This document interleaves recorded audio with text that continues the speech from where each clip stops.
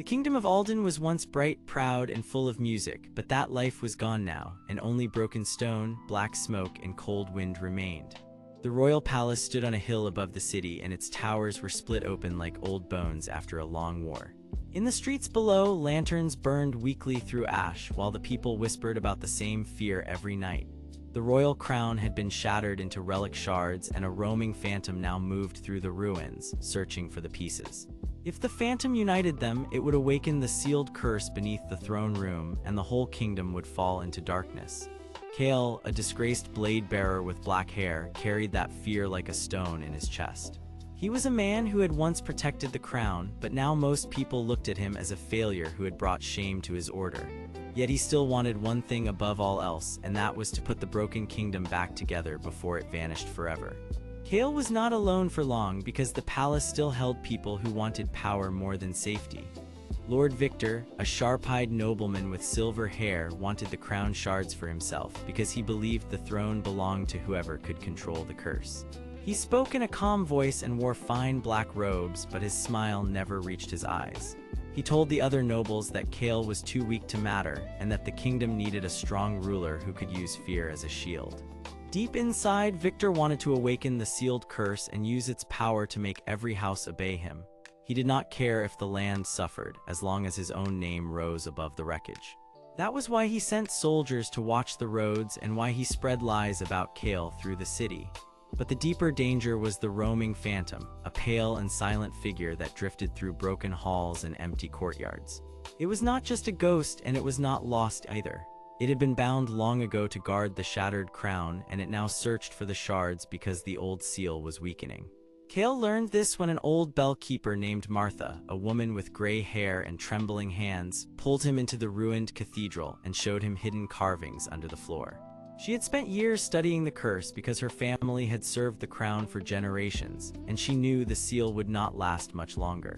She told Kael that the kingdom had once locked away a living force beneath the palace, and that the crown was the only lock strong enough to keep it down. Without the crown, the seal would break, and the thing under the throne would rise into the world. To reach the first shard, Kael had to enter the cathedral crypts, where broken statues leaned over flooded stone and torn banners hung like old wounds. The air was cold there, and every step sounded too loud. In the center of the crypt, wrapped in chains of dark metal, rested a demon-forged weapon called Nightbrand, a long sword with a black blade and a red glow under the steel. It had been made by enemy hands in an older war, and the weapon was cursed because a wild spirit was trapped inside it. Kael knew he should leave it alone, but then the phantom arrived, drifting through the broken arches like a white stain on the dark air. The phantom wanted the shard hidden there, and it spoke into the stone with a voice like distant glass. Kael grabbed Nightbrand in desperation, and the moment his hand closed around the hilt, the weapon shivered like a living thing. The wild spirit inside it, a fierce woman named Rena with bright white hair, slammed her will against his mind. She hated being trapped, hated commands, and wanted freedom more than anything else. She was dangerous because she could flood the blade with power, but she was also the only force strong enough to cut through the phantom and the infernal soldiers that followed it. Kael and Rena made a tense pact on the spot. He promised to help free her after the crown was restored, and she promised to fight beside him until the final shard was found. Neither of them trusted the other, but both understood the same truth. If they failed, the kingdom would be swallowed by the curse beneath it. Their first race led them through the ash-choked battlefield outside the eastern wall, where broken wagons burned and ruined shields lay half-buried in gray dirt. Infernal armies came across the plain in heavy lines, wearing dark armor and carrying banners marked with red fire. They were not mindless monsters, as the frightened soldiers claimed. They were servants of Victor, bought with fear and magic, and they marched because he had promised them rule when the throne broke open. Kael fought beside Rena inside Nightbrand, and every strike flashed with black light and sparks of red energy. He was not the strongest warrior there, but he was careful, fast, and desperate enough to keep moving when his body wanted to stop. Rena pushed power through the blade, and her wild force drove the infernal soldiers back from the road to the western gate. Still, the battle cost them time, and every minute mattered. Victor had already moved a noble council into the palace vaults, where the second shard had been hidden in an altar safe from common hands. One of those nobles, Lady Sarah, a woman with blonde hair and a cold face, pretended to help the palace guard while secretly sending messages to Victor. She wanted her family protected, and she believed betrayal was the only way to survive a kingdom that had already fallen. Kael saw through her too late. She led him into a false route, and the party was almost trapped between the burning field and a line of armored riders. Only Martha, who had followed them with old maps and stubborn courage, found the hidden drain path beneath the gate and guided them through mud and smoke before the trap closed. Kael understood then that the kingdom was not only fighting a phantom and a curse. It was also fighting fear inside human hearts, and fear was often the most dangerous enemy of all. The second shard lay inside the ruined cathedral tower, high above the city where broken bells still swung in the wind. Kael climbed through collapsed stairs and shattered glass while the phantom watched from the rafters, never touching the floor, never making a sound. Rena warned Kael that the phantom was learning their path because the curse tied it to every shard they touched. The more pieces they gathered, the stronger the phantom became. That was the twist hidden in the old carvings Martha had shown them. The crown shards were not just keys to the throne. They were also anchors for the seal beneath the palace, and when the final shard was joined, the seal would either hold forever or shatter completely. Victor had known this all along, which was why he wanted the pieces. He did not need the crown to rule. He needed it to crack the seal and set the buried power loose. Kael felt anger rise in him, but he also felt something else. He understood that his old disgrace had begun years ago because he had obeyed orders without asking hard questions. That old habit had cost him the trust of the people, and maybe it had helped Victor grow strong. So this time Kael made a different choice. He stopped waiting for approval, stopped asking if he deserved the mission, and chose to lead because no one else would. He took the second shard from the cathedral heart, but the moment he lifted it, the floor cracked open, and a dark wind rose from below. The living abyss had awakened. It was a shifting pit of black stone and moving shadows beneath the palace hill, and it pulled at every magical thing near it. Kael, Rena, and Martha barely escaped its grasp, but they saw enough to know the final road. The last shard had been carried down into the palace itself, where Victor was preparing the possessed warlord for the end of the night. At dawn, the shattered palace stood above the city like a broken crown of stone. Kael walked through its ruined halls with Martha at his side and Rena burning inside Nightbrand, while the phantom floated ahead like a guide leading them to doom. Inside the throne room, Lord Victor stood beside Warlord Drake, a huge man with dark hair and a body covered in black armor. Drake had once defended the kingdom with honor, but Victor had opened the way for a dark force to twist his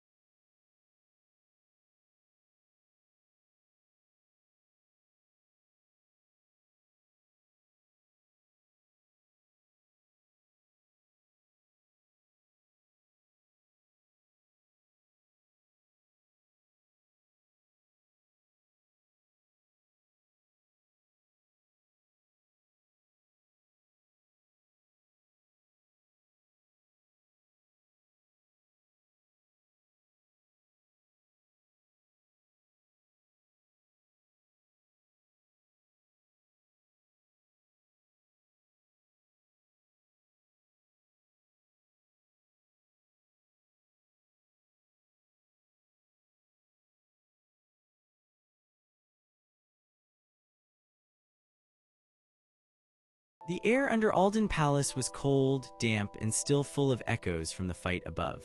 Broken stone pillars leaned over a wide shaft, and black water glimmered far below like a closed eye. Kael stood on the first step of the lower stair, his black hair damp with sweat, his tired eyes fixed on the dark ahead, while the red glow of Nightbrand painted thin lines across his worn cloak. Behind him, the upper chamber groaned from the last clash, and Martha's warning still rang in his mind. Victor had not only opened a path downward, he had begun something that needed the crown shards and the living abyss, and if that ritual finished, the fallen kingdom would no longer remain fallen. It would be swallowed, shaped, and used like a tool. Kael knew that Drake was somewhere below, trapped inside a force he could not trust, and he knew Sarah had not yet chosen her true side. Those facts pressed on him harder than the stone stairs, because this descent was not just about survival anymore. It was about whether truth could still save anyone at all. Kael moved down one step at a time, and every step seemed to wake the ruin. Dust drifted from cracks in the walls, and faint golden light flickered from broken symbols carved into the stone. Martha followed close behind, her small frame careful and steady, her gray hair tied back beneath her brown shawl, and her weathered hands gripping a belt lined with old keys and rolled maps. She was not a fighter in the way Kael was, but she mattered more than most soldiers because she knew the old history of the palace, the cathedral, and the crown. She had spent her life collecting forgotten truths, and that made her dangerous to lies. Sarah came after her, her blonde hair pinned in a neat style, her dark blue court gown stained with dust, her silver jewelry catching the dim light with every tense breath. She looked calm on the outside, but fear kept tightening her jaw. She had served Victor for years because she thought order could protect the kingdom from chaos. Now she was seeing the cost of that belief, and she no longer knew whether loyalty was noble or foolish. At the rear, two guards from the ruined palace held broken lanterns, their faces pale and unsure, because even they understood that Victor had sent them into a place that did not want to be found.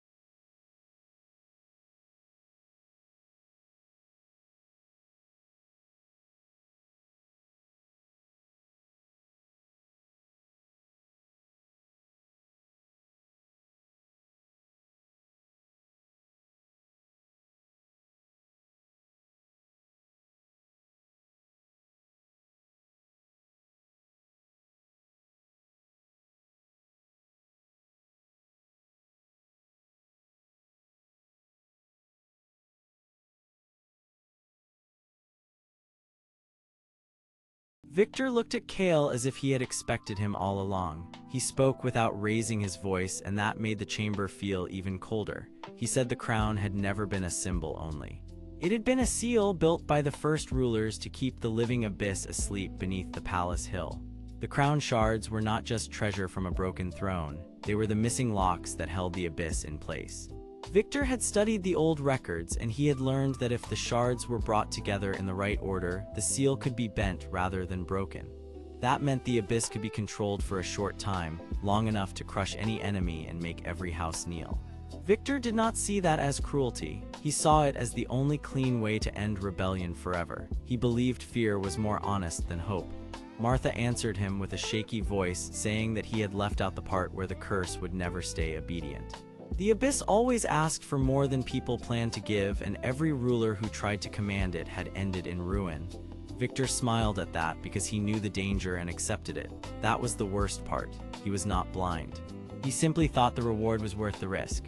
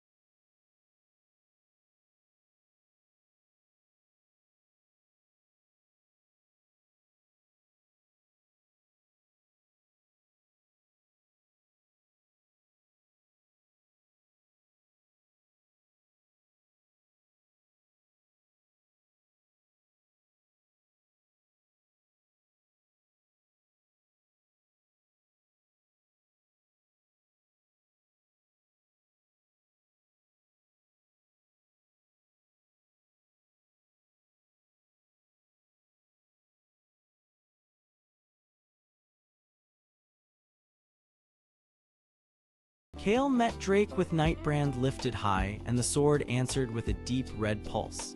Rena rose inside it as a swirling spirit of red and black energy, her bright white hair blazing like a sharp flame in the center of the blade. Her glowing pale eyes fixed on the chamber, and her fierce voice filled Kael's mind not as a threat but as a warning. She told him that the sword and the crown were linked. Victor had not only studied the abyss. He had also learned that Nightbrand had been forged to hold a spirit key, and that key was tied to the same seal under the palace. Kael had always believed Rena was simply trapped inside the blade, waiting for release. Now the truth came out in pieces that made the chamber feel smaller. Rena was not only a prisoner. She was part of the old binding, one of the living anchors used long ago to keep the abyss asleep. If Nightbrand shattered or if the shards joined the wrong hand, the seal could fail in a single breath. Kael felt that truth like a cold stone in his chest. He had carried the sword because he thought it was a weapon. Now he understood it was also a lock. That was the twist hidden inside the darkness. The thing he had trusted to protect him was part of the thing that could ruin everything.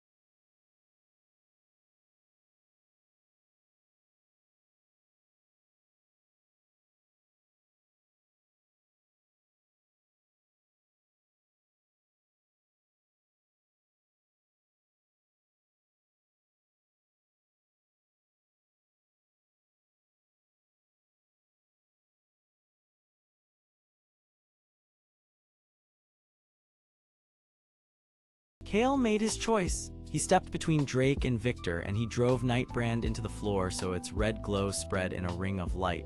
Rena screamed through the blade, then steadied, and her spirit form wrapped around the sword like living fire. She told Kael to keep the blade grounded, because the seal needed both the sword and the crown to remain separate until Martha finished her lock. Kael shouted for Sarah to take the guards and pull them back from the collapsing edge, and she obeyed without hesitation. That small act mattered because it showed the first real sign of trust between them. The guards helped, Martha turned the hidden mechanism, and Drake threw his full weight against the dark force inside him, forcing it back just long enough. Victor tried one last command, but the abyss answered him with a violent surge that nearly pulled the shards from the air. The chamber shuddered hard, stones snapped, and the floor split in a long line toward the center. Martha shouted that the lock was almost set, but not yet. Kael strained against the pull of the abyss, his arms shaking, his shame and hope fighting inside him at the same time. Victor watched with cold focus, and for the first time his calm face showed something new. It was not fear, it was irritation, because the people he had tried to break were still standing together.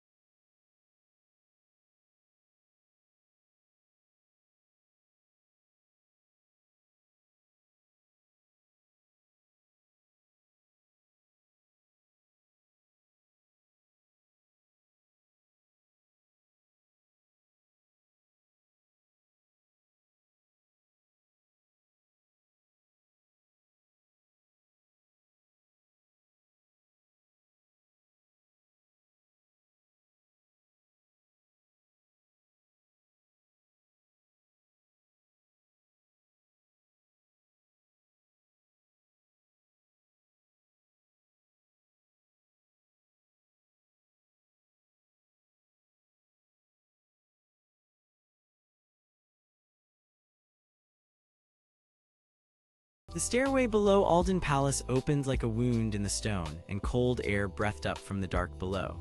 Dust drifted through broken beams of pale light, while the living abyss pulsed somewhere under the floor like a giant heart that had learned to hate.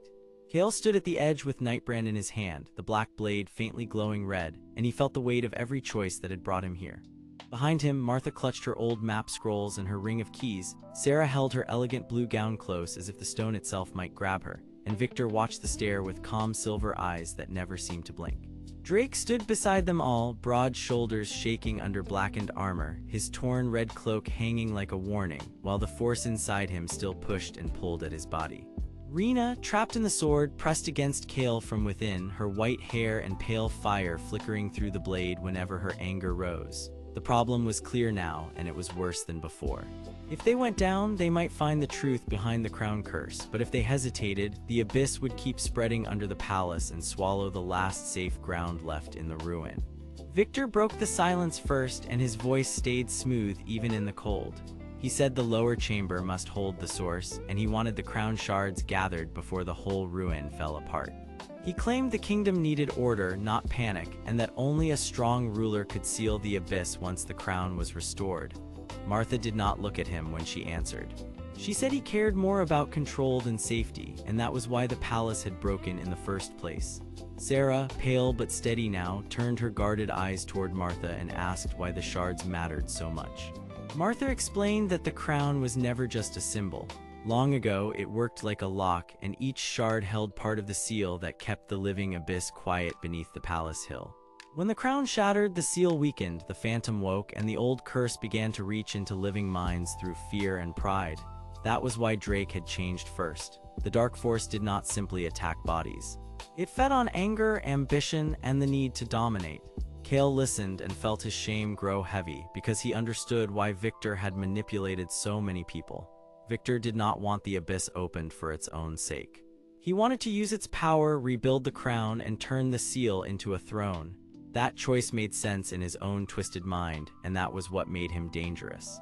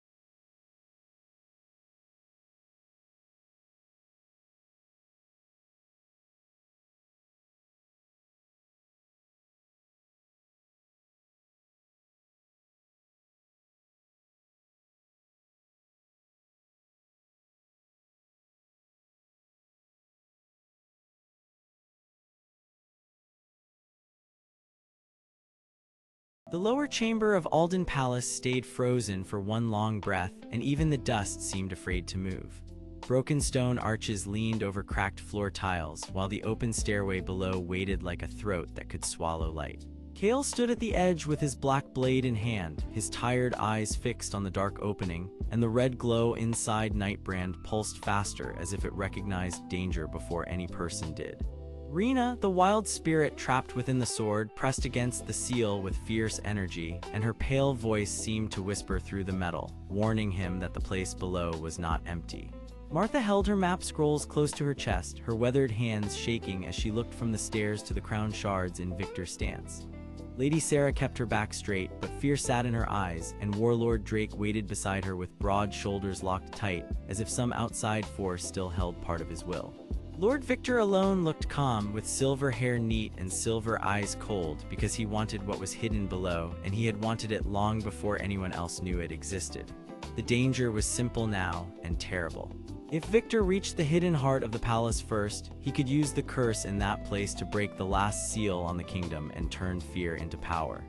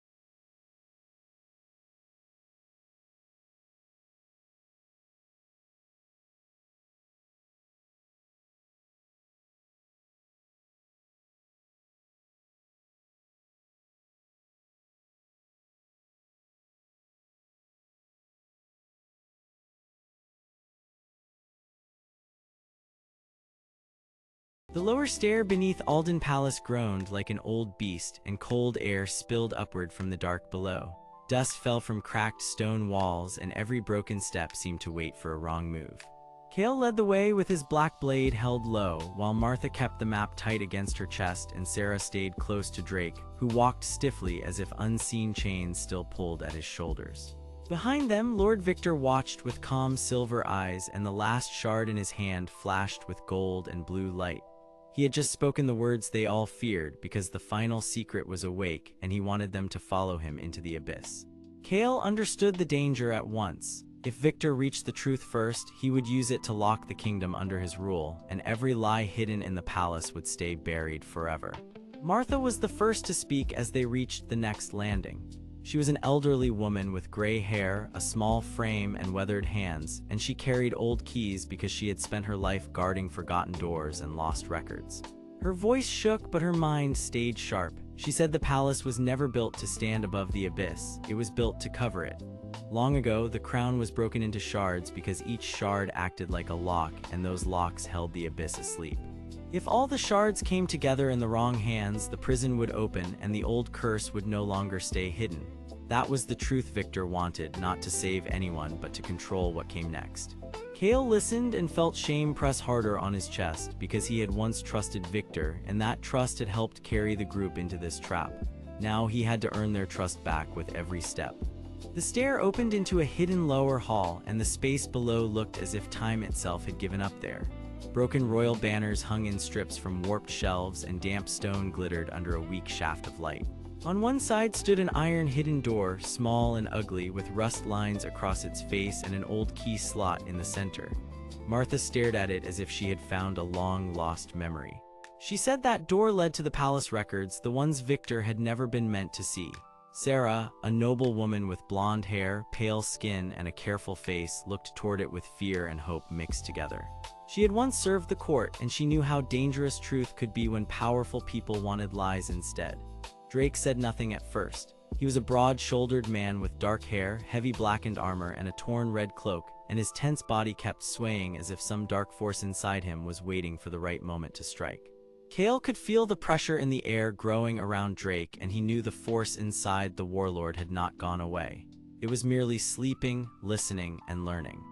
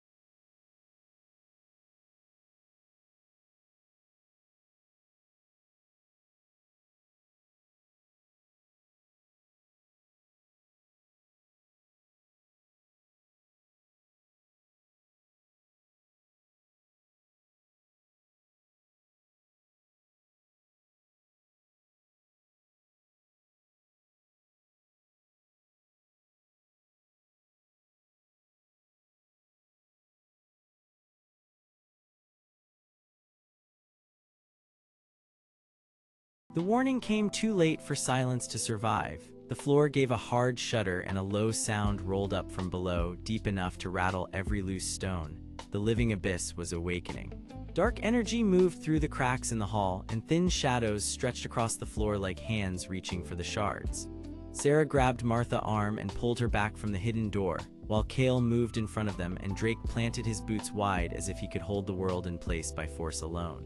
Victor only lifted his chin, pleased by the reaction he had caused. He said the abyss was not a curse, but a truth the kingdom had feared for too long. He said power always found a master, and that master would be him. Then he pressed the crown shard toward the floor, and the dark below answered with a violent surge that made the whole hall lean to one side. Stones cracked, dust burst from the seams. The iron hidden door sprang open by itself, and a blast of cold air rushed out with the smell of old paper and wet stone.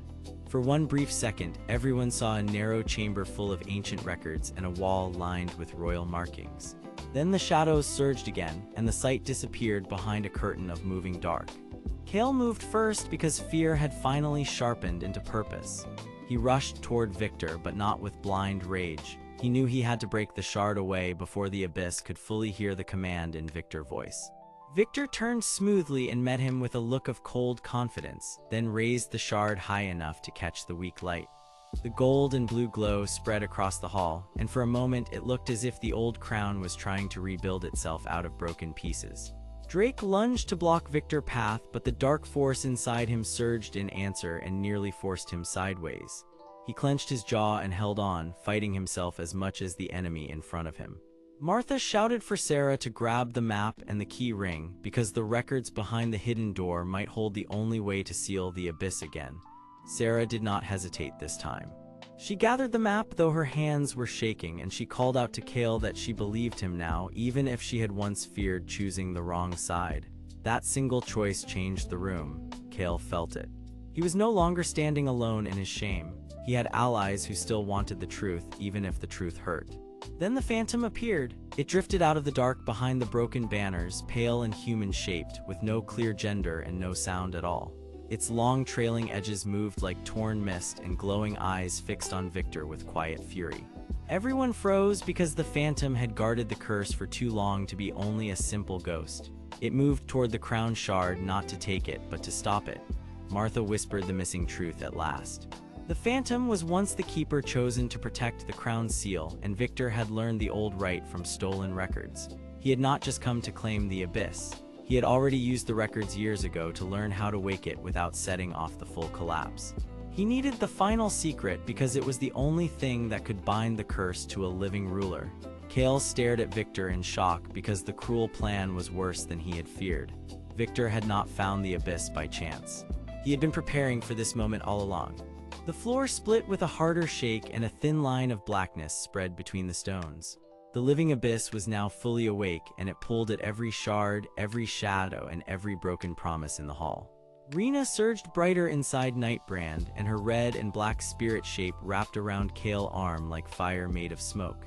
She told him that the sword was forged to cut seals, not people, and that he had to trust her if he wanted to stop the collapse. Kael had spent too long doubting every strange voice around him, but now he saw the pattern clearly. The sword, the shards, the phantom, and the abyss were all tied together by the same old royal lie. The king who once ruled here had hidden the truth because the kingdom feared what the abyss could reveal. Victor wanted to use that fear and make it a weapon. Kael tightened his grip, accepted Rena's warning, and drove Nightbrand into the stone beside the shard in Victor's hand. The black blade flashed red, the air split with a sharp crack, and the crown shard leaped free. Victor stumbled back for the first time, and the calm on his face finally broke into real anger. The phantom glided between them, and the shadows recoiled as if it had found its purpose again.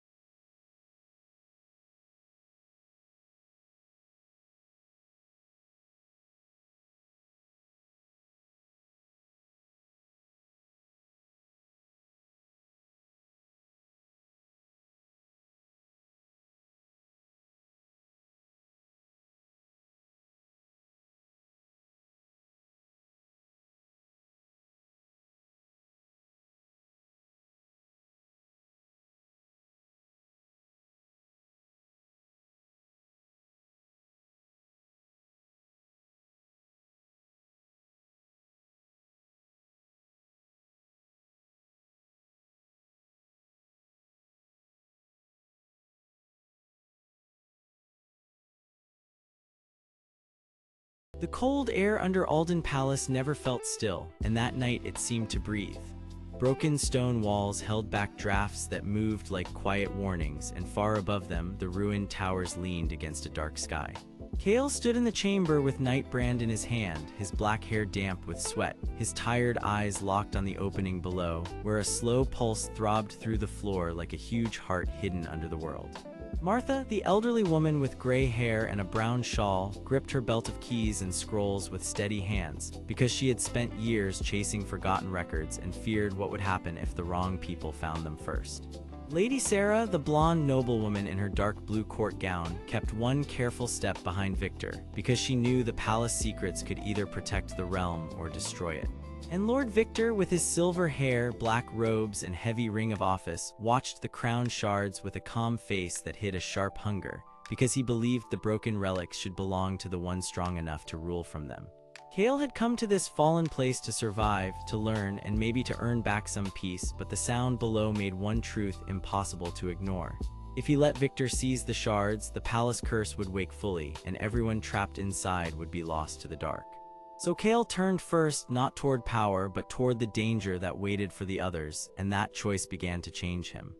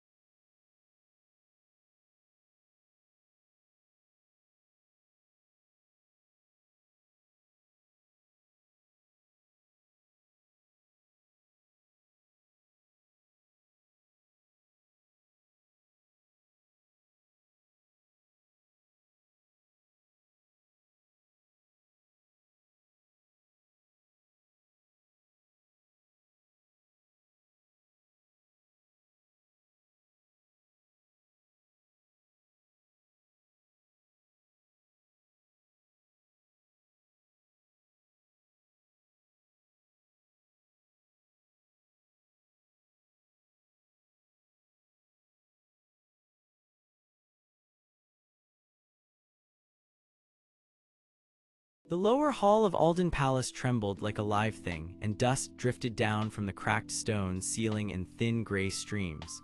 The broken banners along the walls hung still, but the floor under them gave another slow shiver, as if something huge had turned over in its sleep. Kael stood in the center of that dark chamber with Nightbrand held low in both hands, his black hair damp with sweat, his tired eyes fixed on the widening crack in the stone. Martha stayed near the back wall, her small frame tense beneath her brown shawl, while the phantom drifted far above them in torn white mist, silent and pale, watching every move without a word. The danger was clear now, and it was larger than a curse. Something below the palace had heard them, understood them, and begun to rise toward them. Kael did not waste time pretending he felt brave. He looked at Martha, then at the crack, and spoke with the same plain honesty that had carried him through worse nights. He said they had to move before the floor gave way, because if the thing below reached the lower hall first, it would trap them between stone and shadow. Martha nodded once, but her worried face showed that she understood more than she said. She was an elderly woman with gray hair and weathered hands, and she had spent her life collecting old records, broken maps, and forgotten keys. What drove her now was not fame or power. It was the simple need to keep the truth from being buried again.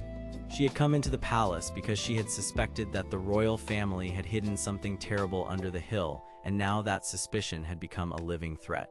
Lady Sarah arrived from the stair opening just then, her blonde hair pinned back under the weight of the night, her blue court gown marked with dust and old ash. She was a noble woman who had spent years close to the royal seat, and she wanted safety for herself and for the fragile order she still believed could be saved. Yet fear had sharpened her face, and her guarded eyes kept moving toward the crack in the floor as if she expected the dark to speak. Behind her came Lord Victor, tall and calm, his silver hair bright even in the weak light, his black robes moving with careful control. He wore the heavy ring of office on his hand, and that ring looked less like a symbol of rule now and more like a sign of ownership. Victor did not fear the palace, he wanted to command it. He had spent years hiding the real nature of the lower halls, because the waking force under the palace was not just a monster to him. It was a power he believed could be used if he could only understand its chains. Kael saw that truth in Victor at once, and he hated how familiar it felt. Victor had always wanted order, but his order came with a cruel price. He had helped keep the royal secret sealed, not to protect the people, but to protect the throne and his own grip on it. The reason was simple and cold. Long ago, the royal line had bound a mind under Alden Palace, and that mind had been used like a living lock for the crown relics. As long as the crown pieces stayed broken and hidden, the thing below remained trapped. If the pieces came together, the seal could fail. Victor had known this, and he had still pushed ahead because he believed he could control the danger better than anyone else. Kael now understood that Victor had not only guarded a secret, he had fed it with lies. A sharp pulse moved through Nightbrand then, and Rena rose inside the sword like a storm finding a crack in a wall. Her spirit form flickered around the blade in red and black lines, fierce and bright, with pale glowing eyes and white hair that seemed to cut through the dark. She was not a monster, even if the sword that held her looked like one. She was a trapped wild spirit, bound by demon work and sealed by royal magic, and what she wanted most was freedom. She had helped Kael before, but every time her power rose, it came with pain and danger. Still, she spoke now through the blade in a voice only Kael could hear clearly. She warned him that the thing below was not reaching blindly. It was searching, it had felt the crown break, and it now wanted the missing pieces more than it wanted revenge. That revelation hit the chamber like cold water. Martha stepped closer to a shelf of warped records, and her hands shook as she pulled a dust-covered ledger from the mess. The pages were old, but the markings were clear enough.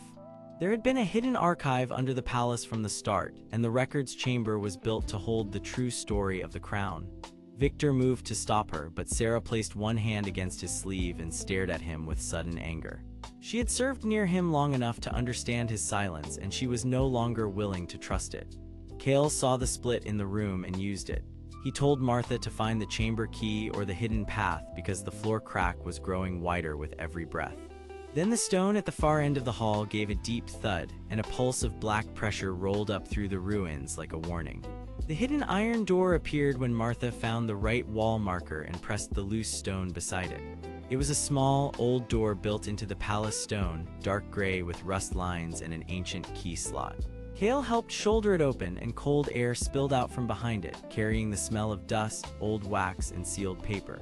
The record's chamber beyond was vast and buried, with long shelves of faded scrolls, cracked tables, hanging chains, and a central stone pedestal covered in powdery age. Lord Victor stepped in last, and his face changed for the first time. The chamber had the power to expose every lie he had preserved. He had expected forgotten records. Instead, he found proof that the kingdom itself had been built on a prison. At the center of the chamber sat the broken crown circle, a ring of gold and blue metal resting on the stone pedestal. It glowed faintly, and the light around it moved like a heartbeat. Martha stared at it first because her old studies had led her to that shape in half-destroyed drawings.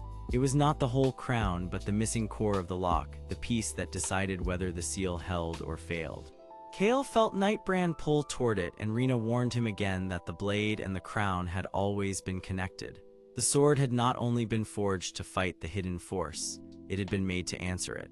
That was the twist no one had expected. Nightbrand was not just a weapon for killing beasts or breaking walls. It was a prison key, and Rena had been trapped inside it because her spirit was part of the same old sealing work that bound the waking mind below the palace. Before anyone could speak, the chamber walls flashed with pale gold light, and an ancient royal vision spread across the stone like a memory brought to life. The first king appeared in the image, stern and proud, standing inside a royal hall that no longer existed. Beside him stood a black-veiled woman, calm and unreadable, her hands raised over Nightbrand during a sealing ritual. Then the vision shifted, and a royal heir memory appeared as well, showing an older man from the Victor bloodline with a hard face and formal royal clothing. He had been there when the crown broke. He had not caused the breaking by accident. He had argued for it. He had feared the thing under the palace would wake if the crown remained whole, but he also feared what would happen if the throne lost its control over the seal. So the royal line split the crown on purpose, hid the pieces, and used the palace as a lock. The old heir had chosen secrecy over honesty, and that choice had poisoned every generation after him. Sarah put the pieces together faster than anyone else. Her voice came out small at first, then stronger as she spoke the truth. The kingdom had not just buried a curse. It had buried the mind of a royal guardian who had been forced into endless stillness to keep something worse from escaping the living abyss below the hill. The old queen or priestess in the vision had warned that if the seal was ever broken, the guardian would wake hungry for the missing crown and angry at the people who had chained it. That was why the palace was shaking now. The seal was failing, and the waking mind below had begun to search for the pieces of itself. Victor went very still when he heard that, because he understood at last that he had never held control. He had only delayed the truth. The chamber floor shook again, harder this time, and a deep groan traveled through the stone shelves. One side of the record's chamber wall split open, and a wave of cold air rushed in from below. Through the crack came a black pull like a moving void, the edge of the living abyss reaching upward in slow, hungry pulses. Kael stepped in front of Martha without thinking, his posture firm even as fear tightened in his chest. He was no longer trying only to survive. He was trying to protect the people who still trusted him, and that meant a change in him had already begun. He had once seen himself as a fallen protector who had failed too many times. Now he was starting to act like someone who could still choose the right path, even after shame. Rena surged inside Nightbrand, and the sword answered with a red glow that cut through the chamber dark.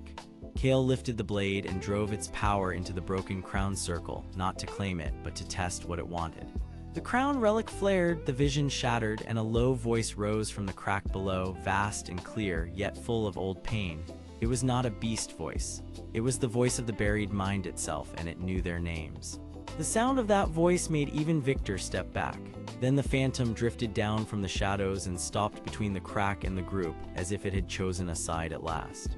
Its glowing eyes fixed on the dark, and for the first time the silent guardian looked less like an enemy and more like a warning that had finally come to life. Kael did not know whether the phantom was blocking the force below, calling it, or serving it in some hidden way. He only knew that the next move mattered more than ever. Martha reached for the shattered crown piece with steady hands. Sarah moved beside her, no longer hiding behind rank. Victor watched them with sharp eyes, already thinking in circles, already planning how to use the new truth. And far beneath them, under the stone, the living darkness pressed upward again, stronger than before. The chamber held its breath. Kael held Nightbrand tighter, and as the floor cracked wider under Alden Palace, everyone there understood the same terrible thing at once. The hunt had truly begun, and the next step would lead either toward the heart of the secret or straight into the waiting dark below. The lower hall shook under Alden Palace, and dust fell in thin gray lines from the cracked ceiling. Kael stood in the cold light with Nightbrand in his hands, his black hair damp with sweat, his tired eyes fixed on the widening crack in the floor. Lord Victor watched from the broken steps with silver hair neat as ever, and his calm face showed no fear at all. He wanted the crown's secret for himself because he believed the royal line should bend to his rule, not to old laws. Martha stood beside the wall with her gray hair tied back, her old keys rattling softly, and she knew this was the last chance to stop him before the darkness below rose free. Lady Sarah stepped forward next, her blonde hair bright against her dark blue gown, and her guarded face finally lost its cold mask. She admitted that Victor had promised her safety and power, but he had never planned to save the kingdom. He planned to use the broken crown shards to open the seal fully, then let the living abyss swallow every rival and leave him standing alone. Kael felt anger rise, but Rena spoke inside Nightbrand with a clear and fierce voice, telling him that the sword had not been made to serve evil. It had been made to hold a spirit strong enough to guard the seal when the crown failed. Martha found the hidden iron door at the back of the records chamber, and her shaking hands fit the old key into its lock. The door opened into a room filled with faded scrolls, chains, and a stone pedestal holding the broken crown circle. When Kael placed the crown shards into the circle, the walls filled with an ancient royal vision. The first king stood before a black-veiled woman, and a stern royal heir from Victor line watched the seal ritual in silence. The truth was clear at last. The crown had been broken on purpose because the first royal heirs feared the darkness would obey greed, and they hid the crown pieces to keep it sealed away. Victor laughed once hard and cold, then reached for the circle. The phantom drifted from the shadows, drawn by his greed, but Kael stepped between them and raised Nightbrand high. Rena burst outward as red and black spirit energy, and the sword sang through the chamber as the phantom and Victor were driven back. The floor finally gave way, but Kael did not fall. Martha grabbed Lady Sarah, and together they climbed to safety while Kael planted the broken crown circle over the crack. The dark pressure below eased at last, and the living abyss withdrew like a beast forced into sleep. When dawn touched the broken towers, Alden Palace still stood shattered, but the curse no longer ruled it. Lady Sarah chose truth over fear, and she agreed to help rebuild the kingdom with honest hands. Martha carried the old records into the light where they could never be hidden again.